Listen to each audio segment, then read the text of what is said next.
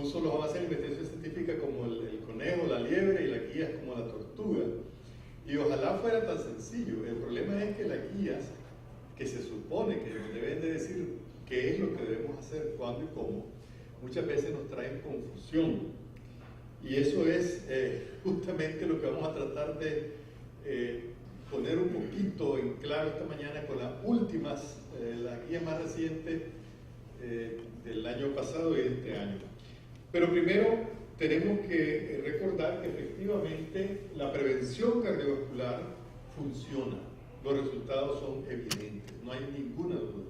Y una prueba de ello, pues aquí no tendría que repetir o recordar, pero recordemos que hay 3 niveles de prevención. La prevención que yo le llamo preprimaria, otros le llaman primordial, que es desde que nacemos, pasamos por la escuela, etcétera, desde el punto de vista de cómo cuidar nuestra salud, cómo vivir una vida sana. Luego tenemos la prevención primaria, antes de que nos haya dado el infarto o el ACV.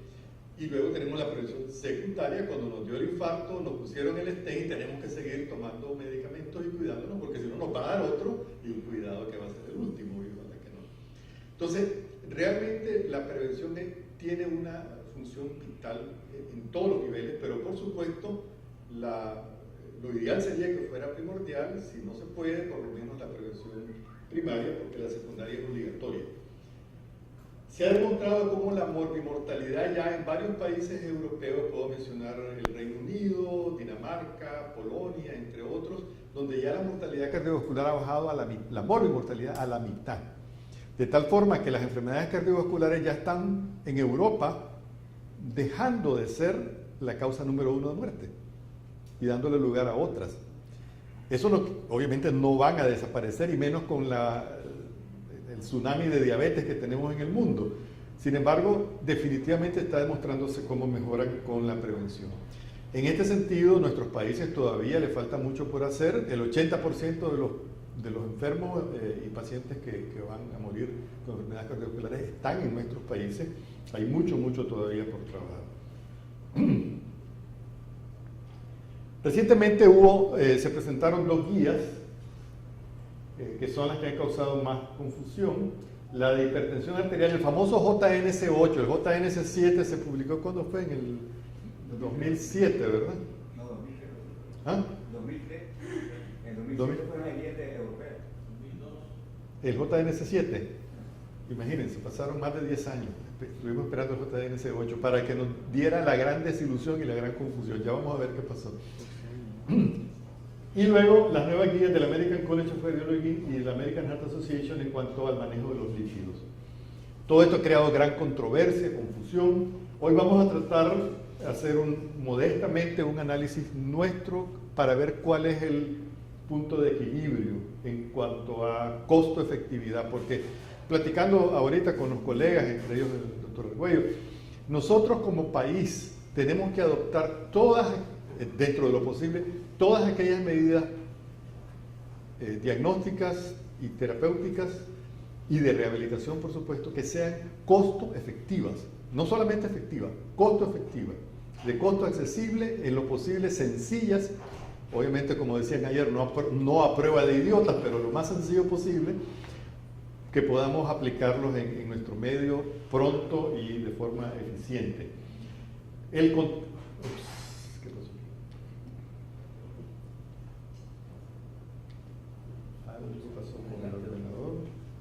Bueno, para mientras el ordenador se va, el proyector se va.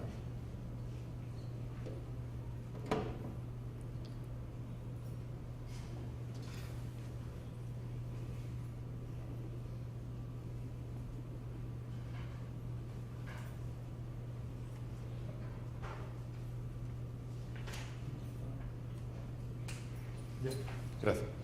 Volviendo entonces al contexto, en el caso de la hipertensión, sabemos que hasta un 40% de los adultos de todo el mundo tienen hipertensión y que las complicaciones de ella nos van a producir casi 9,5 millones de muertes anualmente por enfermedades cardiovasculares.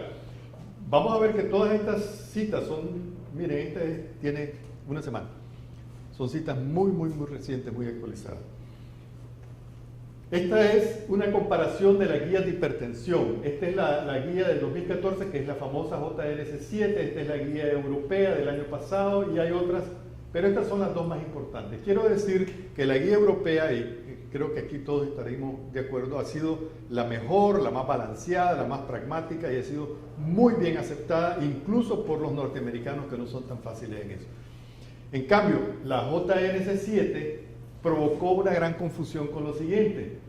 En la guía europea y en toda la guía, los pacientes mayores de 80 años se permite que el punto de corte de la presión arterial sistólica sea 150. Pero la JNS8 dijo que ya para los mayores de 60, es decir, ya nos incluyen a unos cuantos de los que estamos aquí, el punto de corte debería ser 150 también de la presión sistólica. Y eso creó un revuelo que ya ustedes saben. Eso ha sido lo más importante de la famosa guía, porque todo lo demás es lo mismo que estaba ya en la guía europea con algunas pequeñas variantes. Ese es uno de los puntos que vamos a discutir. Y vamos a comenzar por ahí. Miren la cita como este es muy reciente. ¿Qué pasa con la hipertensión? Obviamente, esto es la salud, estos son los niveles de presión sistólica, esta es la cantidad de personas afectadas. Obviamente, a partir de 140 ya nuestra salud comienza a afectarse. Sin embargo, a partir de 160 sistólica no hay ninguna duda de que todo va camino para abajo si no hacemos nada. Pero entre 140 y 160 se puede hacer mucho con cambios en el estilo de vida. Estamos hablando de bajar de peso, bajar la sal, comer más frutas, más vegetales, hacer ejercicio, etc.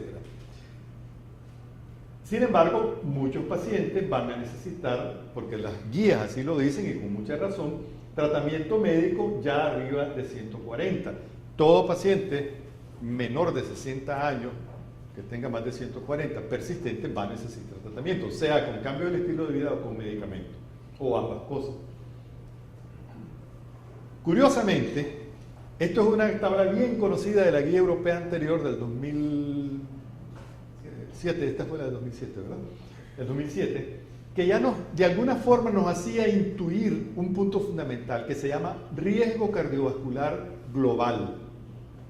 No solamente el punto de corte de la presión sistólica o diastólica, riesgo cardiovascular global. Y podemos notar que si tenemos una presión normal alta, o lo que los americanos llamarían el JNS7, prehipertensión, todavía no seríamos motivo de tratamiento medicamentoso, excepto si tuviéramos 3 o más factores de riesgo: síndrome metabólico, daño de órgano diana como hipertrofia del ventrículo izquierdo o microalbuminuria, o diabetes, la famosa diabetes que va a seguir apareciendo. Ya no se diga si tenemos una enfermedad cardiovascular o renal establecida. A partir de ahí, aun cuando todavía la presión no está en 140, obviamente ya va a haber pacientes que van a necesitar tratamiento medicamentoso o los puntos de corte van a ser más bajos. Por otro lado, tenemos pacientes con hipertensión grado 1, es decir, entre 140 y 159, que no tienen otros factores de riesgo y posiblemente no van a necesitar más que cambios en el estilo de vida. Eso ya se venía viendo, pero no se había definido con tanta precisión. En este estudio, publicado ahorita, después de 4.5 a 6 años de observación, pacientes diabéticos tipo 2, el bajarles la presión, aún con hipertensión leve o normotensión, miren, a los 6 años produce una reducción de casi un 10% de la mortalidad total y de un poco más de 10% de la mortalidad cardiovascular, aún no siendo oficialmente hipertensos o con hipertensión leve o prehipertensión. Es el diabético. Estos fueron más de 11.000 pacientes de más de 55 años. Entonces, esto tenemos que irlo viendo en el contexto del riesgo global del paciente. Y aquí, cuando la guía salieron, obviamente yo también me quedé, ¿qué es esta locura? Dije yo, ¿verdad? Cuando dicen después de los 60 puede aceptarse 150, entonces pensé, vamos a volver a los tiempos antiguos que decíamos que la presión sistólica normal es la edad más 100. Y ya sabemos que no es así. Y se lo hemos venido diciendo por décadas a nuestros pacientes que no es así. De pronto nos dicen que volvamos a 150 en los mayores de 60. hay un rechazo inmediato. Sin embargo, cuando uno empieza a jugar con los números, se encuentra ciertas sorpresas. Resulta que aquí tenemos un paciente de 60 años con un colesterol normal y una presión de 140. ¿Cuál es su riesgo cardiovascular global a 10 años? Esta es la nueva guía, por cierto. Este es el nuevo calculador de riesgo del American College of Cardiology. ¿Cuál es su riesgo cardiovascular global? 12%, 11.7%. De acuerdo con o sea, sería razón de tratamiento. Lo ideal daría por cerca del 6%. Si este mismo paciente, sin embargo, tiene la presión en vez de 140 en 149, recordemos que es de 60 años, el riesgo cardiovascular global, ¿cuánto le cambia? Casi nada, de 11.7 a 13. Curioso, ¿verdad? Entonces, el concepto de riesgo cardiovascular global va a ser cada vez más importante. Tenemos que, si lo hemos estado haciendo desde hace 20 o 30 años con Framingham, y muchas veces lo seguimos haciendo con Framingham, no es malo Framingham, lo único que está limitado a una población específica. Este es multiétnico. Sigamos haciendo, y de ahí nos va a permitir tomar mejores decisiones. En cambio, este mismo paciente de 60 años, con colesterol normal, presión 140, pero es diabético, ¿cuánto es su riesgo cardiovascular? Casi el doble. Obligatorio tratamiento. No hay nada que discutir. Con 140 no hay nada que discutir. Si lo tiene en 149, le sube un poco más. De todos modos, igual va a necesitar tratamiento. De manera que hasta aquí lo que vemos es que el paciente de 60 años, sin otros factores de riesgo cardiovascular adicional y con un riesgo cardiovascular moderadamente elevado, una presión de entre 140 y 150, no debería ser motivo de alarma ni de gran discusión. Pero si es diabético o tiene varios factores de riesgo, ahí no hay ninguna duda.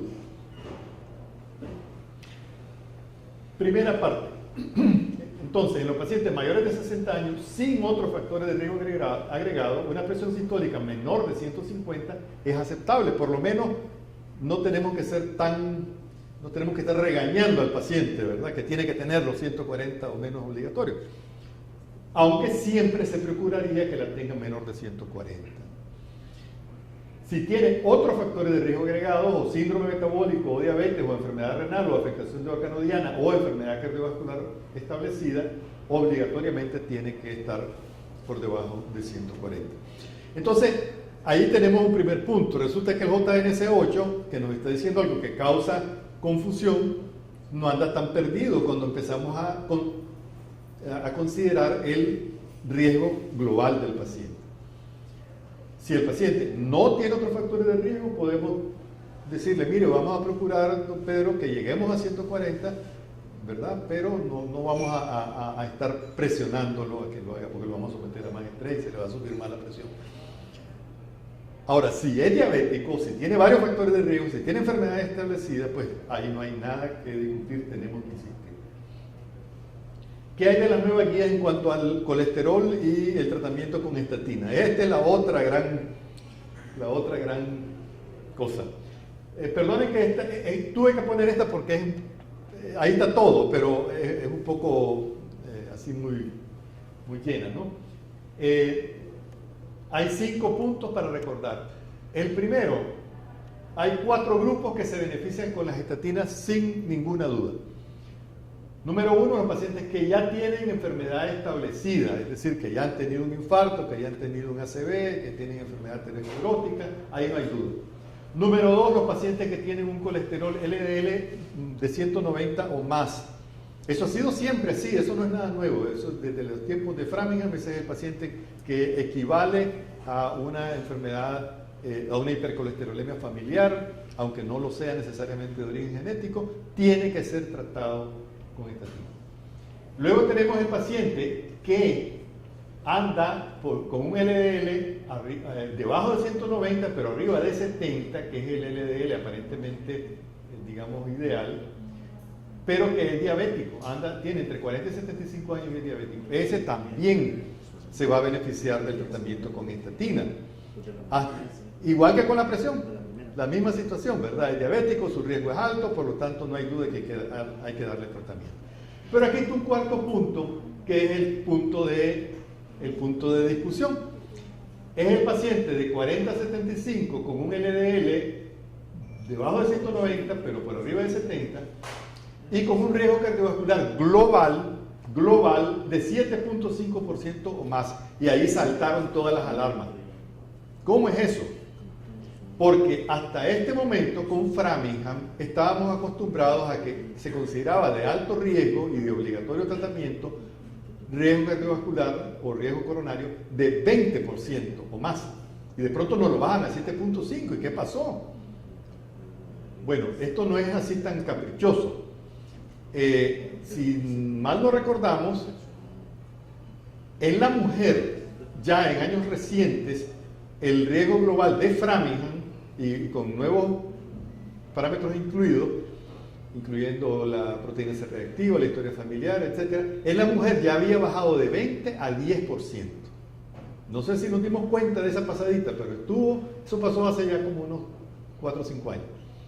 Había bajado el Framingham en la mujer de 20 a 10%.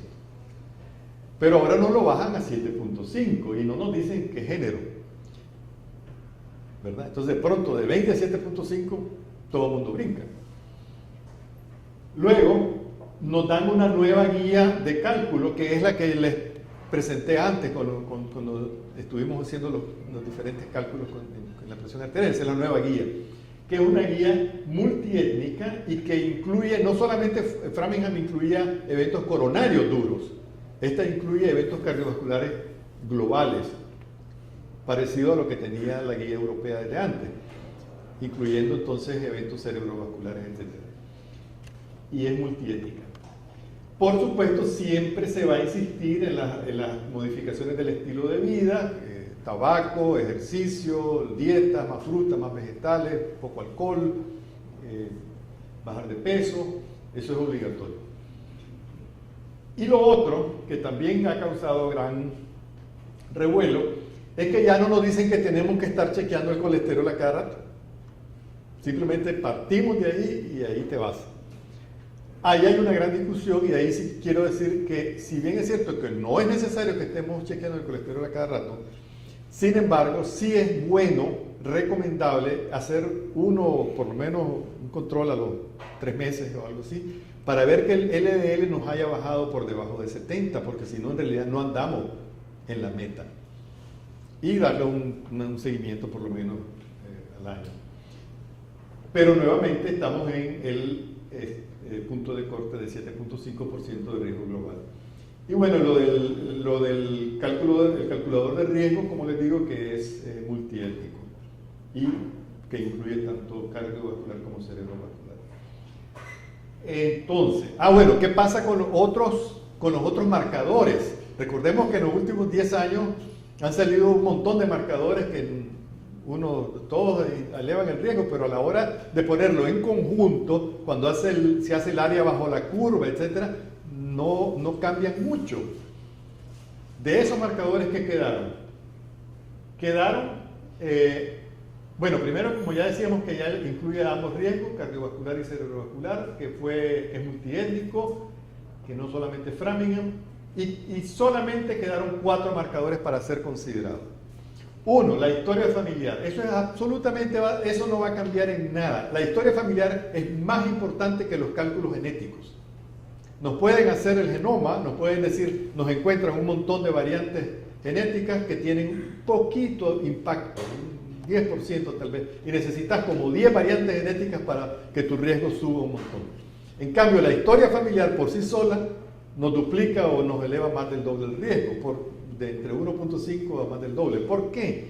Porque no solamente es la genética, es la epigenética. ¿Qué pasó desde el momento en que fuimos concebidos durante el embarazo? ¿Qué pasó con nuestra niñez, con nuestra crianza, con nuestros hábitos, con nuestro estilo de vida? El estilo de vida de nuestros padres, si nuestros padres son obesos, vamos a ser obesos, muy probablemente, a menos que ellos hagan algo para que no suceda. Por eso es que la historia familiar es tan importante. Luego, la proteína C reactiva, que aquí dice de alta sensibilidad. Yo quiero hacer un poquito de propaganda. Podemos mandarle de alta sensibilidad, pero en el Hospital Metropolitano tenemos años de estar haciendo la proteína C reactiva normal y que te mide desde 0 para arriba. Por lo tanto, es ya por default de alta sensibilidad. Tercero, el score de calcio coronario. Lo tenemos desde hace años también. Hace como más de 7 años tenemos el score de calcio coronario. Sobre todo con un score de Agatston de 300. Y luego el índice tobillo-brazo, ¿verdad? Por debajo de 0.9. Esos son los marcadores que quedaron. Pero para los casos especiales, para los casos de duda, esos casos que no nos dejan muy claro. De nuevo, ¿qué tan costo efectivas son las estatinas? Pueden notar también que es una muy reciente. Si es un paciente de 15% de riesgo global, le damos estatina, se lo bajamos a 11. Le damos estatina y deja de fumar, se lo bajamos a 9. Le damos estatina, deja de fumar, le controlamos la presión, se lo bajamos a 8. De 15 a 8, prácticamente a la mitad. Con el colesterol, y como en todo, recordemos que ahora tenemos que manejar estadísticas y manejarlas bien, poder interpretar estos estudios clínicos. Como en todo y también en los negocios, a mayor riesgo, mayor beneficio. En los negocios, en la salud, en el amor, en todo. A mayor riesgo, mayor beneficio. Y ahí se ve clarísimo. Miren, bajamos el colesterol LDL de 160, 25% a 120, 25% a 90, 25% a 67. Ya llegamos aquí por debajo de 70. ¿Ya? Aquí. Ahora, ¿qué pasa con el riesgo global? Lo bajamos del mismo 15 a 12, a 10, a 9. O sea, la mejoría proporcional del riesgo global va disminuyendo. ¿Por qué? Porque a mayor riesgo, mayor beneficio. A menor riesgo, menor beneficio. Aunque el beneficio relativo sea el mismo, el beneficio absoluto va a ir siendo cada vez menor. Porque la reducción relativa del colesterol LDL es la misma en cada paso, ¿verdad? Entonces, el punto de corte óptimo anda por aquí. Un colesterol LDL por debajo de 70 y un riesgo cardiovascular, digamos, de entre 9 y 10. Sigamos haciendo números. ¿Cómo decidir cuál es el nivel de riesgo global más costo efectivo? Bueno, ojalá tuviéramos una varita mágica para decidirlo. Todo esto es matemáticas y pragmatismo.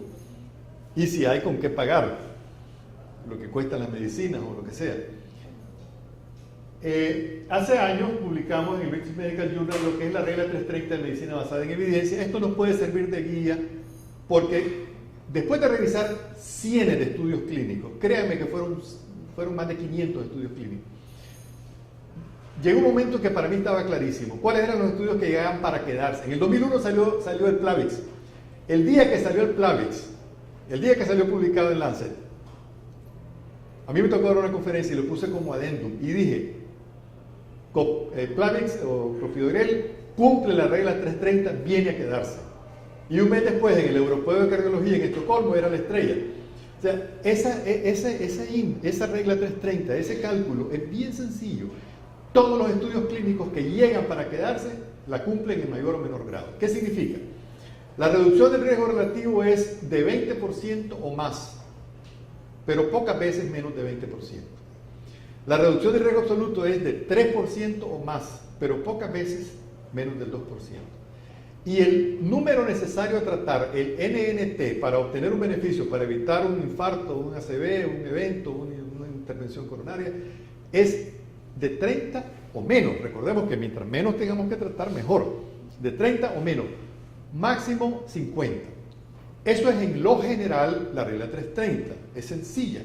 Y la inmensa mayoría de los estudios la cumplen. Hay excepciones. ¿Por qué?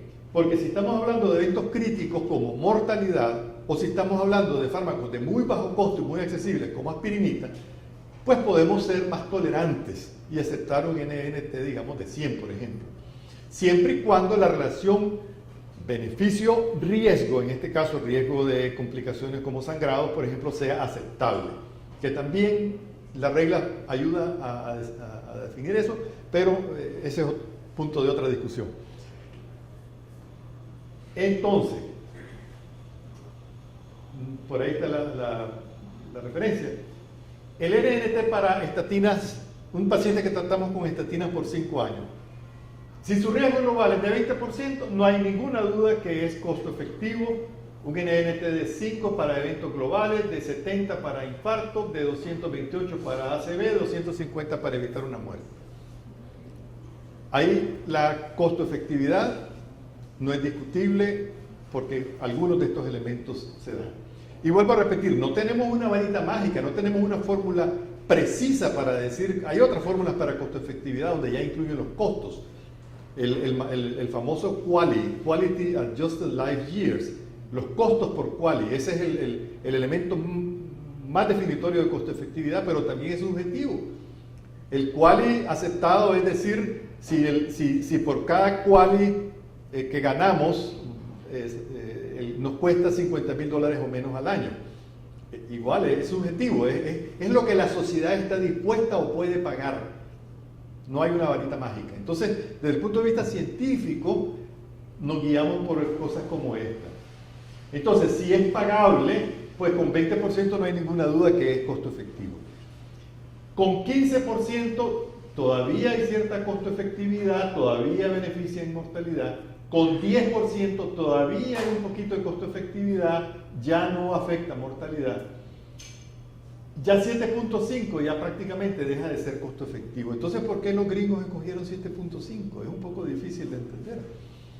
Tampoco es que esto sea la Biblia. Estos son números sacados de grandes estadísticas, pero igual pueden tener algunas variantes dependiendo de diferentes variables, valga la redundancia. Entonces, mi interpretación es que los norteamericanos aceptaron 7.5, siendo lo ideal 5. Es decir, 5 lo ideal, 7.5 es un aumento relativo del 50%. Y uno normalmente dice, bueno, espérate, tratemos cuando llegamos a un aumento relativo del doble o más. Pues ellos se quedaron con un aumento relativo del 50%. Yo lo entiendo de esta forma. Ellos tienen un serio, grave problema de obesidad, gravísimo, y de diabetes, que dentro de 5 o 10 años va a ser un gravísimo problema, si es que ya no lo es, de hecho ya lo es, de enfermedades cardiovasculares, y dentro de 20 años va a ser de demencia. Entonces tienen que actuar ahora, a ellos les sale más barato, puesto que el seguro les paga todo, actuar ahora que esperar a que los costos se les eleven 10 veces o más dentro de 5, 10 o 20 años. Pero pareciera que el punto de corte más aceptable, si es que uno quiere irse a lo mínimo, sería un 10%. Y de hecho, eso fue lo que el NICE de Inglaterra decidió, el National Institute of Clinical Excellence. Ellos hicieron sus propios cálculos, tienen también su propio calculador de riesgo, pero en el fondo viene siendo lo mismo. Hicieron sus propios cálculos y llegaron a un NNT de 77 en 3 años con un punto de corte de riesgo cardiovascular global de 10%. Eso significa que por cada 1000 pacientes que tratan durante 3 años, se evitan 2 muertes, 4 ACV y 7 infartos no mortales, es decir, un total de 11. Eso nos da un NNT de 77. De manera que un riesgo cardiovascular global de 10% parece ser el punto de corte óptimo en costo-efectividad para iniciar tratamiento con estatinas. Recordemos que ya tenemos grupos que ya no son discutibles, LDL de 190 o más, diabéticos, ya con enfermedad establecida, ahí no hay nada que discutir, eso tiene que recibir el tratamiento. Pero cuando tenemos que darles un cálculo de riesgo, este parece ser el punto de corte óptimo. Ya mencionamos por qué creo yo, o así lo he interpretado, que en Estados Unidos bajaron a 7.5 en vez del 20% anterior, que era el de Framing, y que ya se había reducido previamente 10% en el caso de la mujer. Y de nuevo el comentario que es comprensible que en Estados Unidos se estén tratando de evitarse tener que gastar 10 veces más en los próximos años. De hecho, ellos tienen una campaña ya desde hace un par de años que le llaman la Million Heart Campaign, la campaña del millón de corazones, que esperan en 5 años evitar 1 millón ya sea de muertes, infartos o accidentes cerebrovasculares a través de tratar presión, estatinas, aspirina, dieta y ejercicio, etc. Y parece que están logrando algo. Prevención primaria. Cuando no estamos seguros del verdadero nivel de riesgo de un paciente, ¿cómo nos podemos ayudar? Ahí tenemos este gran auxilio que se llama el score de calcio coronario, que el Hospital Metropolitano de Pelo lo está ofreciendo, como dije, desde hace como 7 años. El score de calcio coronario es el más preciso para calcular riesgo. ¿Por qué? Porque nos permite calcular lo que se llama edad arterial. Ya rápidamente vamos a pasar a eso. Miren, aquí tenemos un paciente de nuevo de 60 años, tiene un colesterol total de 240, un HDL de 40, una presión de 149, es decir, tiene varias cositas, pero no está dramático. ¿Cuánto le da de riesgo global? 15%. Según el Framingham anterior, estaba intermedio, no estaba alto. Según ahora, estaba alto, está el doble. ¿Verdad? Pero ¿cómo convencemos a este paciente? Resulta que este paciente me dice, doctor, fíjese que es que, mire, a mí ya me dieron estatinas, pero no quiero estar tomando esos medicamentos. Fíjese que lo comencé a tomar y me dieron dolores musculares. ¿Cómo lo convencemos? ¿O cómo nos convencemos nosotros? Hagámosle la edad arterial.